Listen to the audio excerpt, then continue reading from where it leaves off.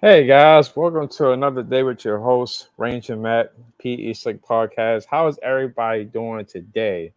It is a nice hot day. It is hot out there. It's hot like a mess of collard greens on back on a Monday morning. Um, Today I got a really special guest with me today. This gentleman I have with me here has done is art director, he's done production designs, and this is somebody who I think he actually could be our next president of the United States if he wanted to be. You know, he's done so much and well respected and loved. And I know some Barney fans will get a kick out of meeting him today. So let's get him aboard, ladies and gentlemen. I got the one and only Barry Phillips with me. Hey, Barry. Hello from Burleson, Texas. Hey there. Howdy. Saddle on up now. Yeah, might as well. Well, like I said in the intro leading into you, it is a hot day today, Barry. It sure is. It's too hot even to drive my convertible around. Mm. My 57 T-Bird is sitting in the garage waiting for a cooler day to drive it. Yeah, because this is a day where if you go out and do that, you got to stay hydrated or just go out briefly and then come on back home because it is very, That's very right. hot out See my fan right here? there. Yes, sir. And I love that. Did you make that? Oh, it's the back of a painting of mine. Whoa, where am I? Just that I had in a drawer, and I thought I need a bounce light right here because the light I have from here is going to get swallowed up unless it bounces back. Right. Spoken like a true art director. Exactly. Well, Barry, I appreciate talking with you today. Of course. Well, before we get into your career, I just want to back up. When you was growing up, when did you know that getting into art, well, production in general was something you wanted to do? Well, it wasn't so much production design for film. I had an extensive career in Los Angeles after I left Texas, after I left college. I moved to Los Angeles and I started illustrating, and I did covers of Los Angeles Magazine, uh, Reader's Digest, uh, Dr. Pepper, Pepsi, and I just was an illustrator. But all during that time, I was already bitten by the bug of film. And Right. when you're in Los Angeles, the film world is everywhere. It's all around you. So my best advice was given to me by a woman named Polly Platt, who was Hmm. a production designer for Last Picture Show, Paper Moon, What's Up, Doc, A Star Is Born, and she was sort of my mentor. Right. And she said, Barry, the best thing you can do is get out of Los Angeles, go back to Texas, which is a right to work state, because Right. I was not able to join the union. And my first shot out of the box after I moved back was art directing for Oliver Stone. Wow. Yeah, Well, baptism by fire is what I called it. But me or my. Well, how did Oliver Stone how did that come for you when you worked on that assignment? well, I went in as just, I'm just another person to work on it. I had no film in my background to speak of, and they hired me based on my illustration portfolio. I had done portraits of Mel Brooks and Woody Allen. Everybody does a portrait of Marilyn Monroe at some time in their career. Mm. And I just showed them all my work, and they thought it had a very cinematic quality. And I got hired, and then I was made assistant art director. And then the art director left the show, and that left me my first shot out of the box. And it was a movie named Talk Radio with Alec Baldwin and Eric Bogosian. And I learned a lot about major movie making on that show. Wow. Well, I'm glad. I'm glad you know that was a starting point for you, and that they led into other bands. 'Cause I know you did Sesame Street too, right?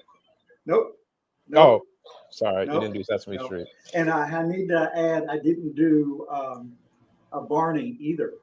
I was art Hmm. director on Wishbone. Okay, okay, because you're credited in Barney's Sensational Day video that they did in like '95 or '96. So that's okay. Well, I worked for them for about 3 months when I was on a sabbatical break from Wishbone. Hmm. And I went over and worked for them, but the tenure of my career was with doing all 51 episodes of Wishbone. Okay, well, we'll get into Wishbone, and I will say Wishbone was also a part of my childhood. You know, I think that's the reason why I love dogs more than Are you cats going to make today. me feel old right now? What you mean? But go ahead. That's all you right. you I'm used to it you're 30 years because old. What you talking about? I was only 5 when I started the show, so it's not Right, that much different. Yeah. So, but let's right, not get into facts. right. I mean, but you look like you're 30 today. Like you can do probably 50 push-ups and not break a sweat. You know. I would break a sweat today for sure. It's 110 heat index here right now in beautiful Burleson, Texas. Right. Well, um, well, how did Wishbone come about for you when you got on that assignment? Well, someone that I had worked with on talk radio, the Oliver Stone movie, Mm. um, called me and said, "There's this project coming into town that it's a once in a lifetime kind of thing, but it has Emmys written all over it." Yeah, that's what I still remember him saying that. And he was the production designer that had already been hired. And he said there's 2 positions open for 2 art directors because the premise of Wishbone was adapting classic novels and literature to film, all to be told through the eyes of a dog named Wishbone, who was a Jack Russell Terrier. I can't imagine the reaction that the people that heard this pitch had about a dog telling classics in period and in contemporary terms.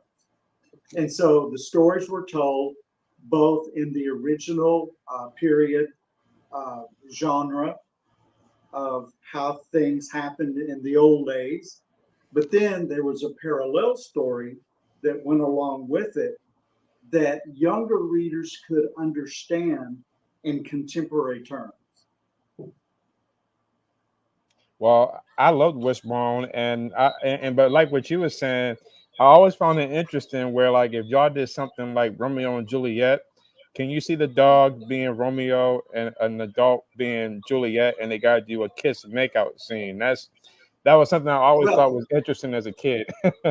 well, what was interesting is that Romeo was a dog, but Juliet was Juliet, Mm. and those scenes got a little strange once if you let your mind go there. So it's called the suspension of disbelief. You suspend your disbelief and just enjoy what they're trying to do. Well, well, for me, Wishbone was good for his time. It was good education in terms of the different characters they had him do. I've told the story where I love what y'all did with him when he was Hunchback and the Prince and the Pauper, where it was like two dogs switching places, and he had an One of my extra. favorites, Prince and the Yeah, Pauper, one of my favorites. Yes, yes, I love that one. as well as And Time Machine. yeah, I think I have that one on DVD, the Time Machine one that he did. I think I have that. I got two Wishbone DVDs with me. But what was something in terms of did you also like doing the exterior scenes with Joe and David and Sam, the 3 kids? Hmm. And exteriors like their homes. Yeah. Yeah, we had a whole 10-acre back lot. at the sound stage was in one part, Hmm. and then the backstage was up the freeway a little bit. And we shot there, and it had virtually every kind of terrain and geographical look to it that you would want. It had water and streams and trees, and we shot the Red Badge of Courage as if it were part of the Civil War, all on this one plot of land that seemed to be just tempered with just different looks, which is Mm. really good for the variety we needed. But yes, I did the houses with our draftsman. Yeah, he drew them up, and I colorized them and gave them the texture that you would think you would need to give something to feel. I have something here to show you if you would like to see it. Sure. And it's the haunted house from the Legend of Sleepy Hollow. So let me get that. Okay. And this is just what we worked from. Wow. Can you see that? Yes, sir. I love that. And see, there is just a feel not only for just the structure, but for the decoration of this haunted house with Mm. the curtains flying in and out of the window and so forth. And you do that just to move things along, to give everyone a chance to be on the same page when you go to put it up and give it character. Did you also interact with? I got a friend who I think knows you. He worked on Wishbone. His name was Fred Holmes. Oh, one of the best directors I've ever worked with. He was so good and that he was so clear in what he wanted to see happen. Plus, he was very respectful of the art department and of what we had to accomplish, all in the same little spot that he was trying to get his work done. Yes, Right. Fred was one of the best. Yeah. I've interviewed him 2 times, and when I just did a Barney documentary. He was in that as well. I did a reunion. Very good friend of mine, and we always talk about Wishbone and the dogs, the shooting of it, and just it. It was just, I can't find the right word to describe it, but it was just something about that show for the right time and pace. It was the '90s, and it was just totally a good time without all the extra CGI work that probably would have been today that's going on. Yes, we used green screen or blue screen, depending on sort of right where you were doing and what era. Um, Wishbone hit a chord with people and families. It brought people together at the dinner table to talk, and young kids, young readers were able to grasp what was going on in some of these major novels like Faust or Pride and Prejudice. And they were able to discuss with their parents the things that young or old have in common in daily life. And each episode had an appeal, and it appealed at any level because that's the gift of good story writing, is Right. that it has a line of appeal no matter what the age or the intellect. And also for me, I think Wishbone was also great in terms of, I mean, of course, it was great for storytelling with different characters Wishbone played, but also it dove into some life lessons for the kids and Joe's mom and Ellen, their neighbor, who I don't think she really cared. The character I'm saying, I don't think really cared for Wishbone at times, but that actress who played Ellen, I thought was really great. Um, Ellen was the mother. The right. cookie neighbor was Wanda. Okay, that's what I'm thinking. Wanda. Yeah. Wanda. And, but Wanda was a wonderful character, as kooky and out there on a limb as she was, because we all identified with that part of our extended ego that was wanting to live the life of Wanda. Right. And she had just crazy stuff in her house, crazy colors. She was wonderful to design and work for. Work with the character of her because I could do anything, and it was legit because it was Wanda. Right. And I remember one of the producers sent a new writer to me that came on the show to explain why we were doing with the characters what we were doing. And that gave a writer another look at that character from the view of the art director. And Right. I could say, this is in their house because she does this crazy stuff with this object, or, just things around her. And that way they could be working through the script really fast. And a character becomes part of their environment that way. Absolutely. One thing, the other story about Wishbone that I liked was when y'all did Robin Hood, because I Mhm. liked the story of Robin Hood, and I thought Right. that was great to the T. How y'all had Wishbone as Robin Hood and the actor playing Little John and Prince John. It's like Wishbone was always in these crazy situations Oh, versus yeah. when crazy situations, and he always came out on top. It was always Oh, cool with sure. that. Yeah. The writers were so good. They were very allegiant to the story, but they knew how to take incidents within that story and make them entertaining. Right. Now I don't know if you had a hand in this, because I haven't, other than you, I haven't interviewed nobody that worked on Wishbone yet. But I was going to ask, who came up with the idea and the title to call the Pizza Shack Pepper Pete's? Because for the longest time I could not pronounce it right. Oh, Pepper Pete's Pizza Parlor. Yeah. Try that 10 times. Well, uh, I, I would assume it would back up to the writers. And it's funny that you would mention Pepper Pete's because it was one of my favorite sets. I designed it. It was part of a 50s look.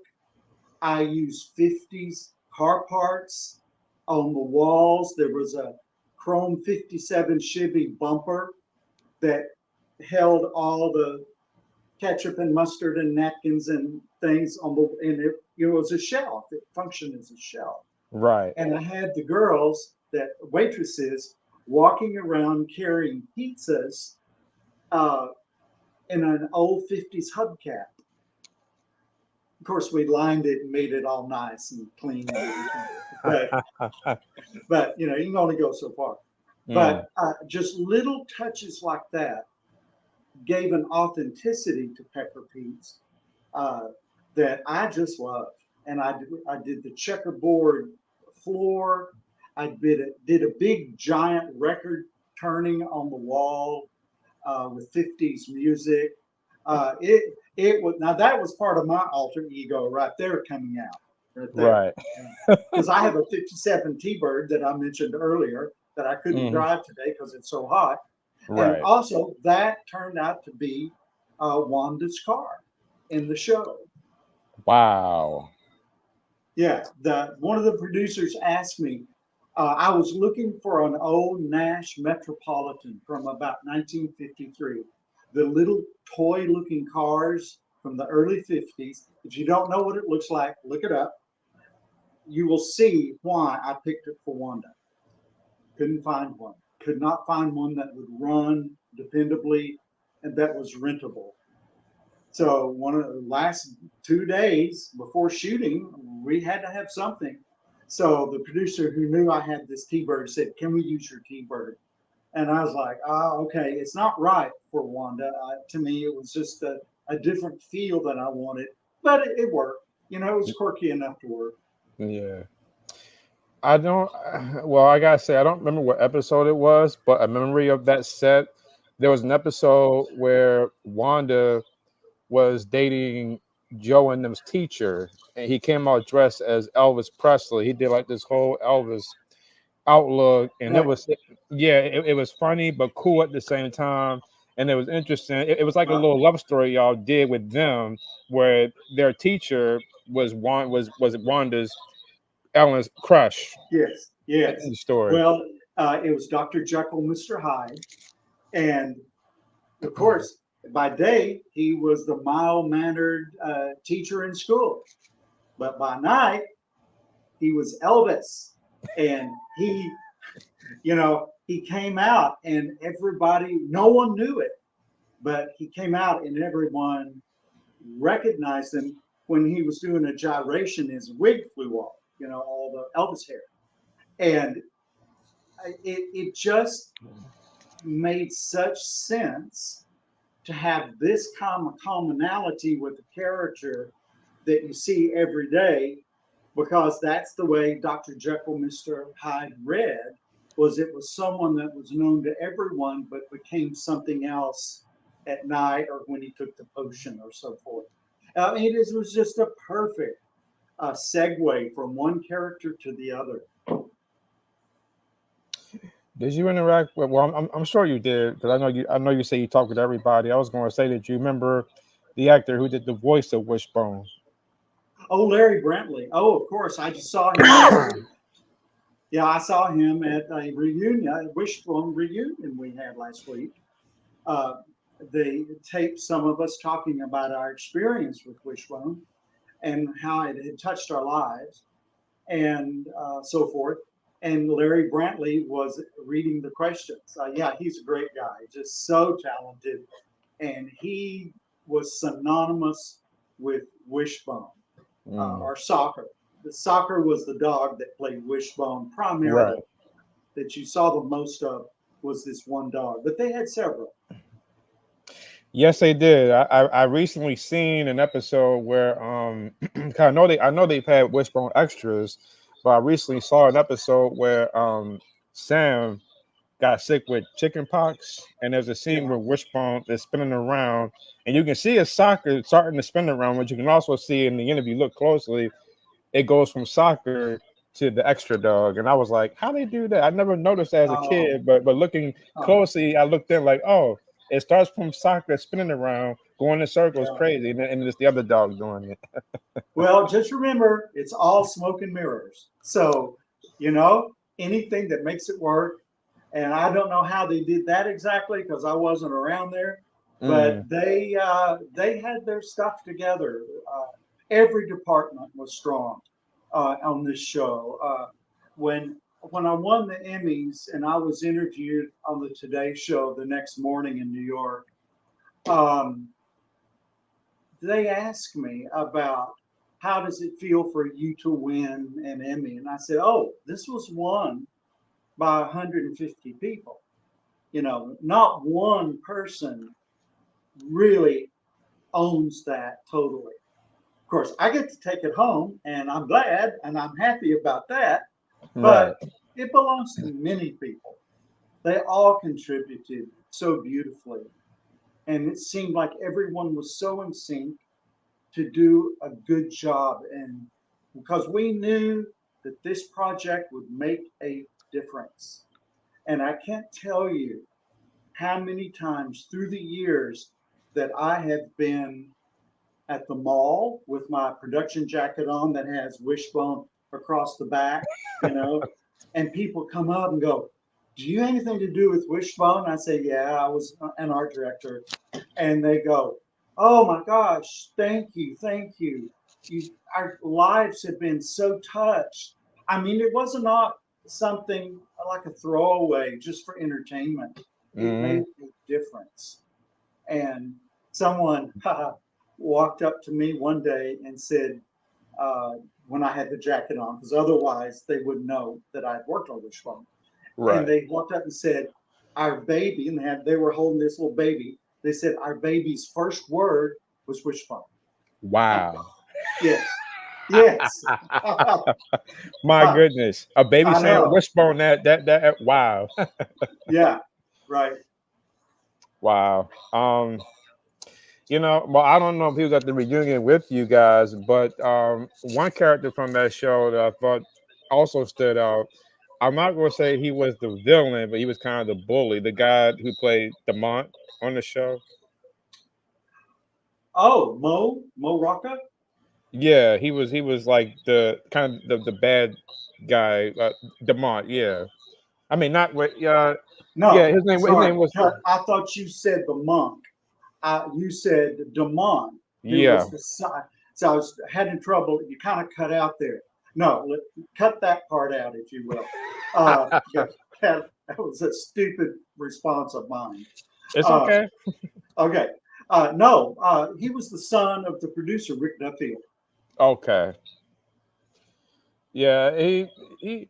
I always thought Demont because I love Joe, Sam, and David, but I also thought Demont was a good add-on to be kind of like the bad kid who would always try to Yeah, start up something with them, and then in the yeah, we all second had season, bullies. We all had bullies right. in our life. Yeah, And in the second season, they add him to the credits. He came like a regular character at that point, so he gave him yes, like a right. background. But Yes.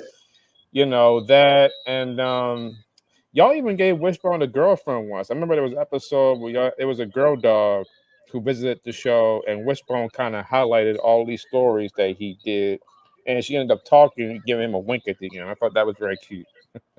Oh, yeah. Well, you work it any way you can, to squeeze out as much story as you can. Yes.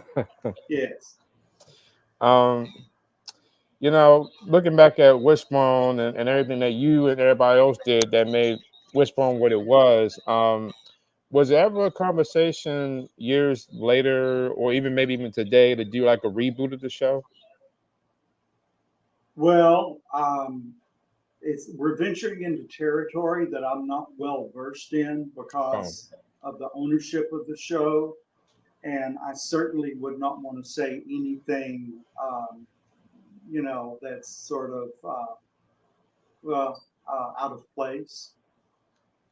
But we would all love to see the show come back, I'm sure. But it's a different world today. And these years that the show has been off the air has only reinstated how much the show was loved. I've heard that there's a movie coming out. You hear different things, but then there's no evidence. So, time will tell. And I think anyone who had a part of the show looks back on it with a really good feeling of what they did, that we were proud of it. I've not always been totally proud of things I've uh, worked on because I didn't care, who saw it. But Wishbone's different. Wishbone is something that kind of will live with me from now on, I'm sure. And so I think for the show to come back, it would sort of have to be a miracle, but miracles are possible. And it would have to be all adjusted to the 21st century. yeah, and since the Sam, Joe, David, since they're all adults now, it would probably circle around their own children a little bit as Oh, well yeah. in terms of Mhm. if it came back. Sure, Jordan Wall, I have seen through the years. He played Joe, and he's just a wonderful father now. I think of two boys, and or two children rather. And he's just a successful young man now in real life, as they say. And I have seen Samantha um, and Christy Abbott, and she just is still this lovely, sweet young lady that lives on the West Coast, pursuing her career, I believe, in real estate. Hmm. And so you kind of look at them as your own kids. You think I was there when they were little and growing up. I still say I'm your one and only art director that you had personally. And so, yeah, it sort of follows the cycle of life this show has as far as its aftermath. The people that I was with last week at the reunion, it was like no time had passed. Mm. when you see one another that you work with every day, just about 24/7. And you just start right back up and go, remember, blah, blah, blah. And oh, yeah, yeah, yeah, yeah. And it's, you know, I've not been to family reunions as good as this reunion was.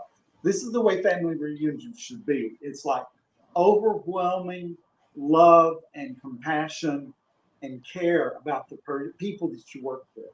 Right. I've asked Fred this joke, and I'm going to ask you too, and anybody else Uh-oh. from Wishbone who I interviewed.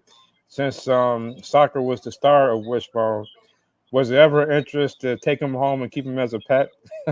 Oh, well, he belonged to the trainer, as I understand, Jackie Captain. And, he was just one of her dogs. But, and understandably, we were not allowed, we were just not, we were asked not to pet him or speak to him because that would be over 100 people keeping him distracted. And he, like an actor, had to stay focused, sort of stay in the mindset of what he was there for. Right. And so we respectfully just left him alone. And he was just like another person on the set.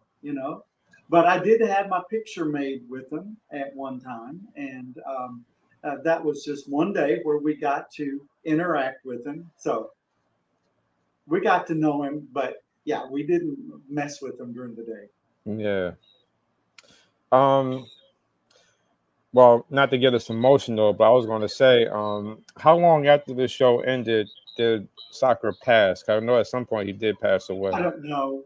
I just happened to hear about it. I don't know. I know he was in California. People ask me that still. They say, "Is he still alive?" And I say, "I don't think so." I try to make it as gentle as possible because Right. a lot of people identified with owning that dog. The ownership of Jack Russell's, I heard, spiked after Wishbone and Frazier, and they're a very problematic, perhaps, dog. They're full of energy. You got to be ready and equipped to handle that kind of energy. But he was a smart, sweet dog, as far as I know, in my interaction with him.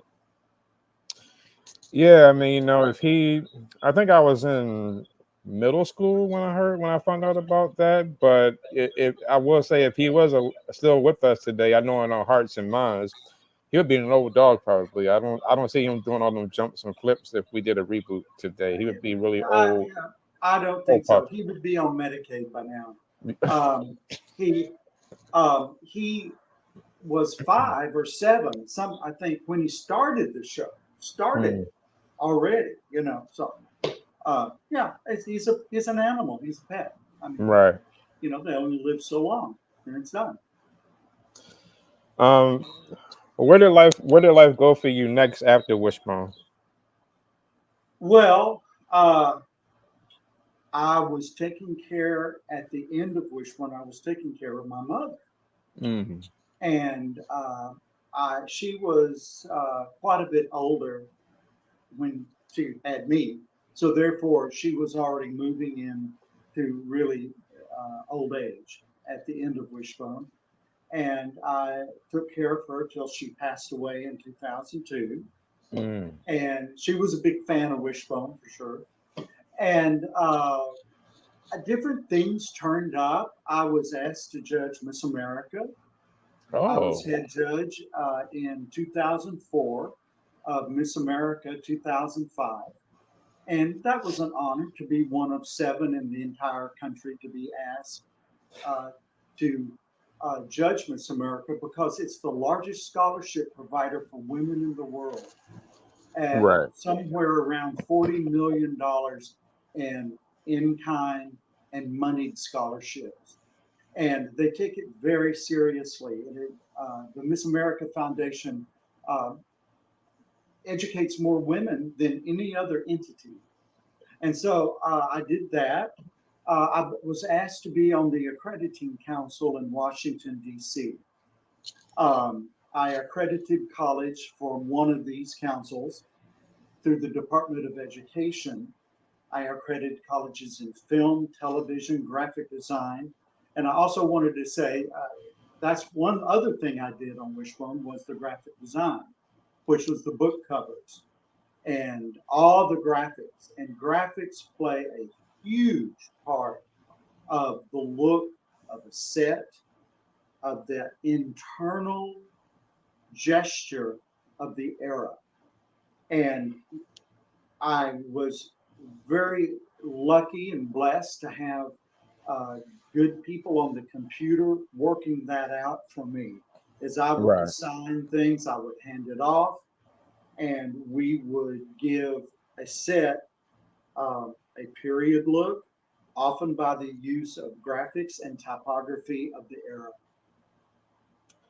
Well, you know, Barry, I think that somebody should do a documentary on your life or a book about your life because you've had quite a legacy and you've touched Um, many different lives, you know. well, thank you. I mean, that's very flattering and humbling to hear. When you live a life, you don't think about it that way. You look at it as just survival, really, to survive this world and make a living and hope you have enough to live on when you get older. Um, I've met incredible people. Um, I was an interviewer myself at one time on television before Wishbone started. Mm, I've interviewed so many people. Sid Charisse, the dancer, I interviewed her. wow. George Bush, um, the director of the Smithsonian, and it was my passion. Um, and so I know kind of what you're doing right now is as you listen, you're formulating.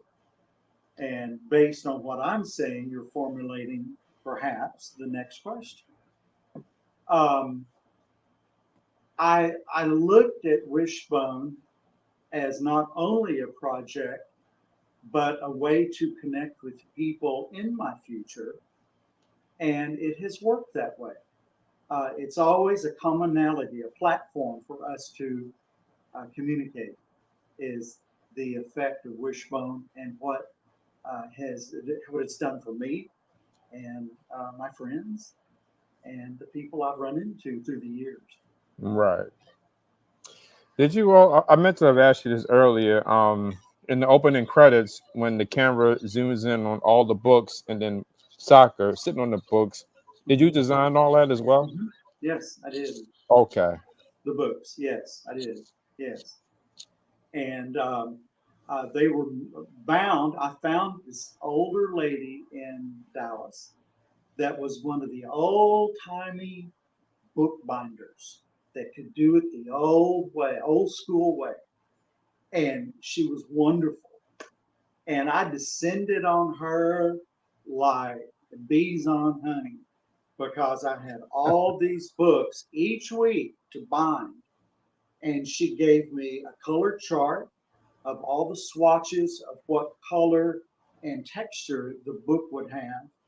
Right. I took her a lot of older books, just various books, Reader's Digest, condensed books, and gave them to her and said, use these as the body of the book and put this design on this color. And I would show her the color each week.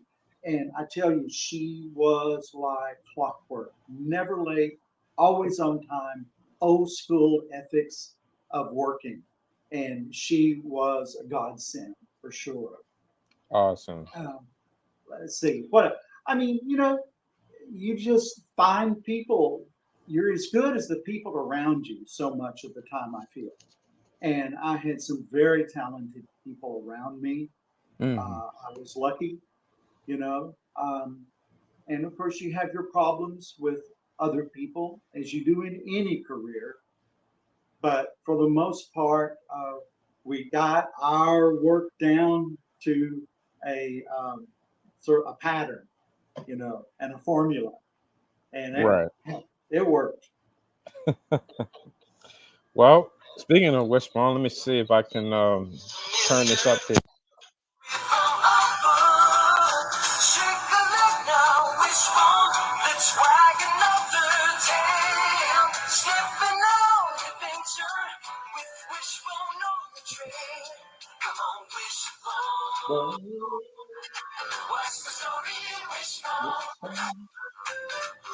I love that shot, that flippy dude. Yeah, that's something.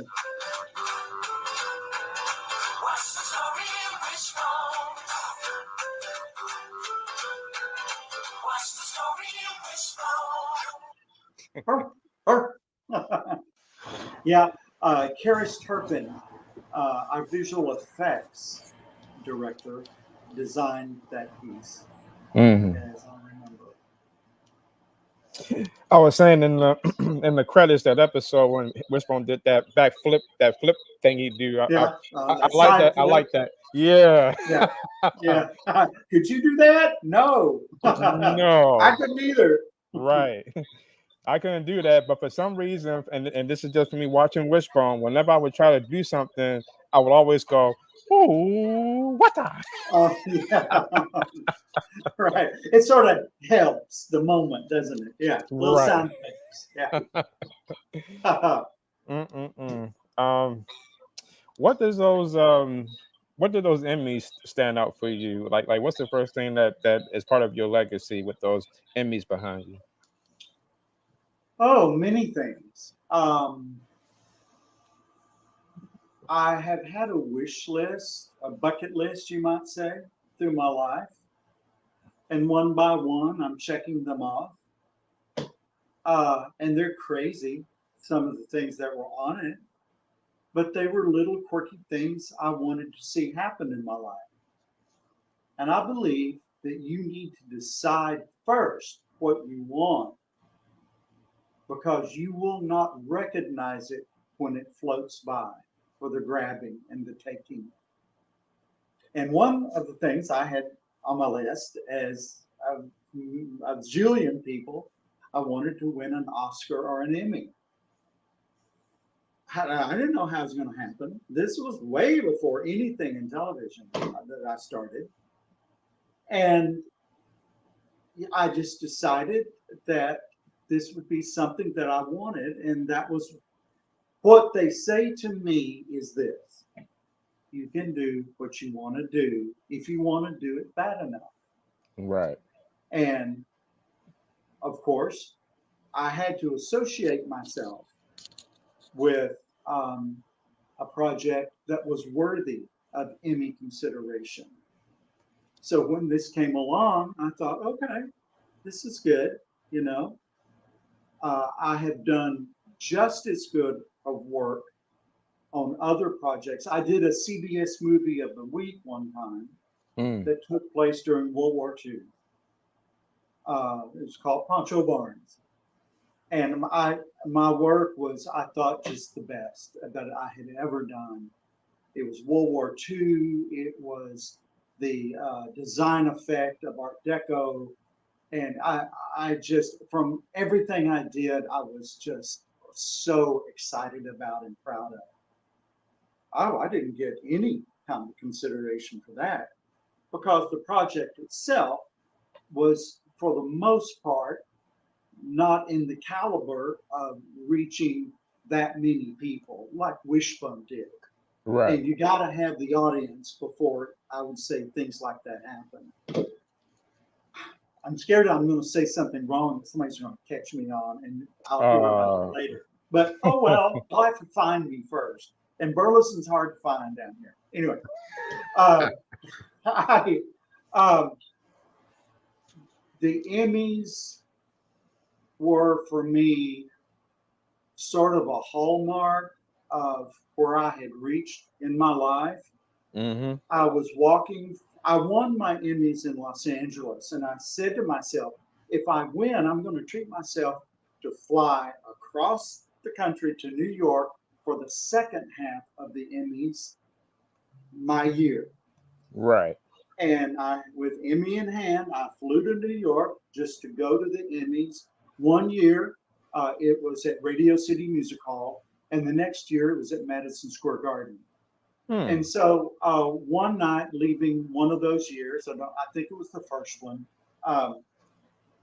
at Madison Square Garden, I was walking to my hotel carrying my Emmy. Right. And I was by myself in my tuxedo, and it was a one-way street that I walked up to. So therefore, a driver was right here if they stopped. The red light, the taxi driver stopped, and he saw me with the Emmy. And taxi drivers in New York are the best. They're so informed. They know what's going on in the city. And he looked up at me and he said, "Hey, what'd you win for?" And I said, "Oh, I won for our direction of Wishbone on PBS." And the light turned green as he drove away. He said, "You're going to be known as an Emmy winner all your life." And it struck me, and I thought, oh, that's true. These things happen. And, how did I make it happen? Well, I didn't. It just kind of happened. But I made myself available that then things can happen. Right. And so through that, I think that's just a mindset that I always have tried to maintain. Don't figure out the ending. Figure out how to make yourself available to possibly provide an ending. And I was lucky. The Emmys have set me apart from people, which, I mean, you can't live in Emmy land all your life. You've got to get up and go live, Right. work. But I liken it to walking down your hallway of life, sort of. You get the Emmy, you carry it a little bit, then you set it on a shelf in that hallway, but you keep on walking. You can look back and see it. It's there, Right. but it's no longer that dominant part of who you are. And that's sort of the way I look at it. Yeah, and like I said earlier, I mean, you and you touched so many people's lives with your production design, your artwork, and have you ever thought about being like a teacher or making like a YouTube channel, giving advice to people of today? Well, I have been a teacher. I taught at TCU Mm. and SMU in Dallas. I taught at one time. But I've not done the YouTube thing. I don't know how. I could do it once, but I don't know how to generate a flow of information that could be weekly. Unless I just did it. I just went out there and sink or swim. Right. Well, I don't know how many people are wanting to be production designers or art directors in their life. I guess they're there. Yeah, But I've got a lot up here to think about, that has happened. Right. Now, if you were to actually make a movie on your life, who would you hire to play Barry Phillips? Oh, what a question. Oh my gosh. You really stumped me here. And that's hard to do, by the way. Got you. Got me good. Let's think about it in a minute. Let it something sift into my head. Okay. I will say, I mean, even though they're older now, I will say Tom Cruise and Val Kilmer and probably Brad Pitt comes to mind instantly. Oh my gosh, they're just so awful. No, I mean, really? Are you serious? Oh yeah. Oh my gosh. One that comes to mind is George Clooney.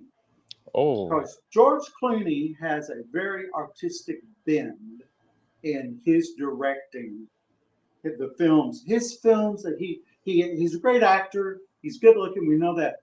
But him as a designer, as a director, he's really, really good. Who was the actor that just won Best Supporting Actor um, this past year. I didn't really see the Emmys this year. I It's don't the Oscars, know not the Emmys. the The Oscars. Oscars. I didn't watch it. Yeah. I'm I'm Maybe kind of I'm kind of old school. I watch a lot of old movies, so some things I of do too. today I don't really I keep do up too. with. So Yeah, yeah. now Um, now if we went old school, I would say Humphrey Bogart. He could play you, but that's a couple of years back. So oh, I don't think he's mean enough. did you He's got not to watch? get some grit, you know. Now, did Yeah. you not watch the Maltese Falcon? Now, come on. Oh, yes, I did. And the African Queen. Yes, I did. Yes, I did. And Casablanca. There's Humphrey Bogart right there. The Humphrey Bogart character. I'm a little more gregarious than he is. Hmm. I'm a, I don't know a stranger. I walk up to people and go, blah blah blah blah blah, and most people respond, well. Some go, ooh, and I don't see Humphrey Bogart doing Hmm. I have to say real quick, I got a fan here named James who's watching. He says hello to you. Hello, James. Is it that James from the show? Oh no, this is a fan from my own podcast. His name is Oh, James Fields, and okay. he was saying hello to you. Hi, James. So what is Barry Phillips doing today in 2024 this year? What is he up to? Well, I am working on my 1894 Victorian house that I'm sitting in. It's like having a child that never grows up. It's always wanting something or needing something. I'm traveling some. Um, I am involved in some social groups that meet, and I used to be in a painting class once a week. I'm in a Bible study once a week. Um, I, I just I have a lot of friends. I will just as soon as I get away from here, I'm heading to a pool party uh, Oh, is out in that the right? country here. Yes. Oh no, I'm not gonna. Now, This sunshine, I'm gonna get to me. This heat. Um, I have went back toyed there. with the idea. Where'd you go? Oh, there you are. Mm, I have toyed with the idea of writing a book.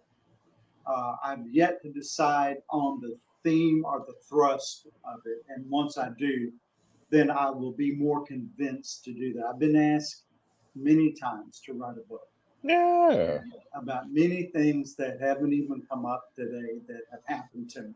And, I'm thinking, I don't know. Yeah, It's it got to can. hit me right. Yes. Yeah, it gotta be Barry Phillips. The like Barry Phillips, art is my soul, or art was my soul, something like that. But for the title, but Oh, art, it will always be my soul.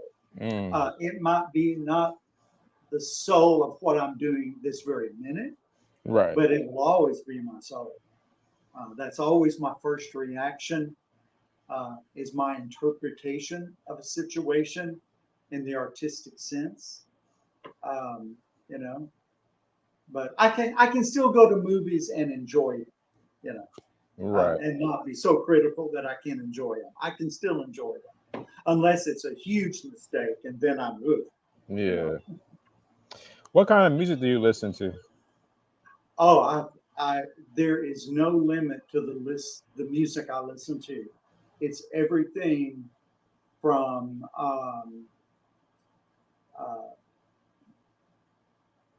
the 40s, big band, Glenn Miller, Billie Holiday, um, to um, Billie Eilish, um, of course, Kelly Clarkson.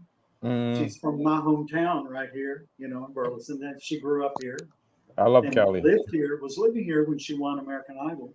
Mm, And music is always something that I'm exploring. I want to hear new music. I like new age music, jazz, light jazz, classical. I go to the Van Cliburn piano competition every 4 years that it's in Fort Worth here by me. It's a remarkable experience if you've never had the chance to hear classical music played at this level of brilliance. Mhm.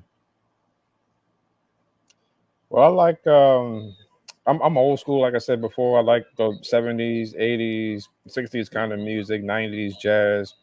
I do like some classical. I always say that the Disney film Fantasia was kind of the starting point for why I Yeah. love classical because of all Mhm. that Walt did. Mhm.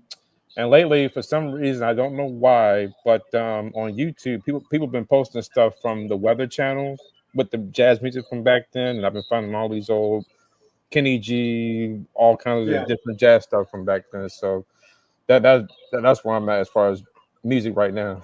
I have set in my car everything from the Beatles, it's a button all of its own, to the Beach Boys, all of its Right. own, and everything in between. I mean, I I really have almost no limits there with music.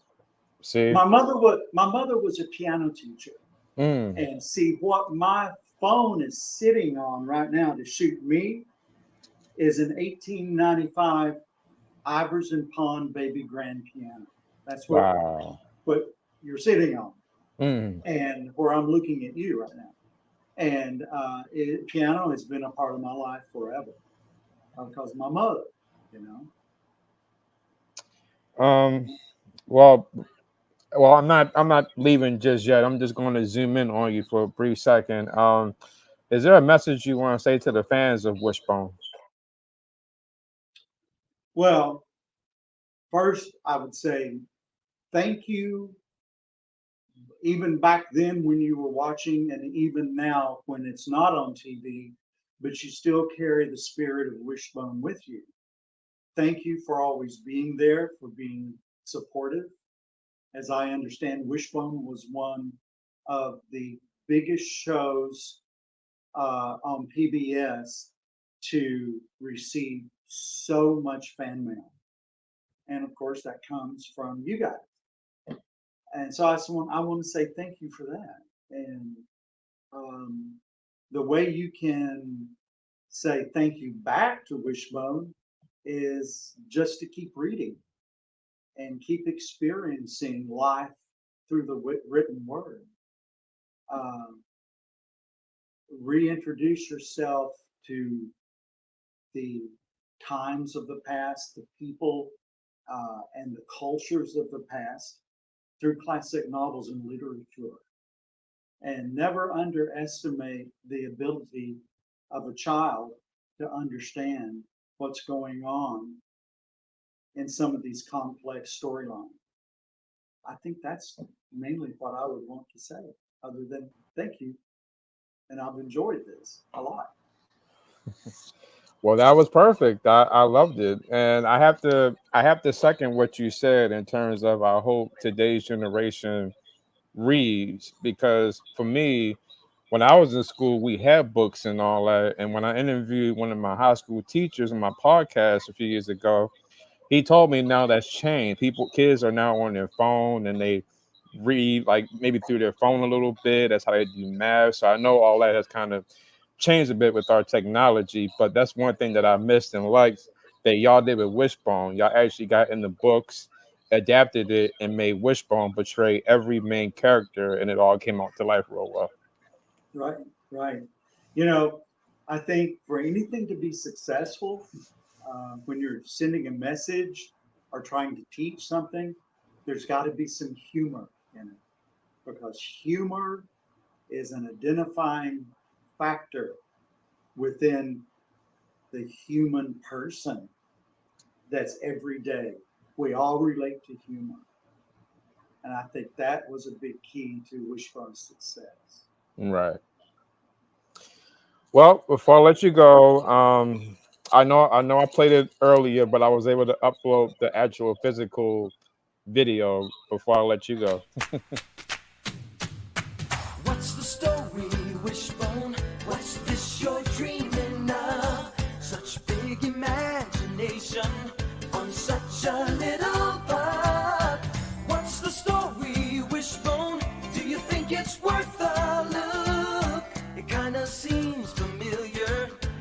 story from a book. Shake a leg now, Wishbone. Let's wag another tail. Sniffing out adventure with Wishbone on the trail. Come on, Wishbone. What's the story, Wishbone? What's the story, Wishbone? What's the story, Wishbone? What's the story, Wishbone? Yay! Yay! I remember it. I was like, I think I got that still on this laptop we're on, and I went to find it, and sure enough, I found it. So now Right. when you go to your pool party today, you have to try to do that flip Wishbone did when you go in the pool. Just flip it. Yeah, I'm glad I'm landing in water and not on the ground. But I will. I'll try that. Oh, hey, have somebody document that. Yeah. Well, we're going to wait on that one. Barry, I appreciate it today.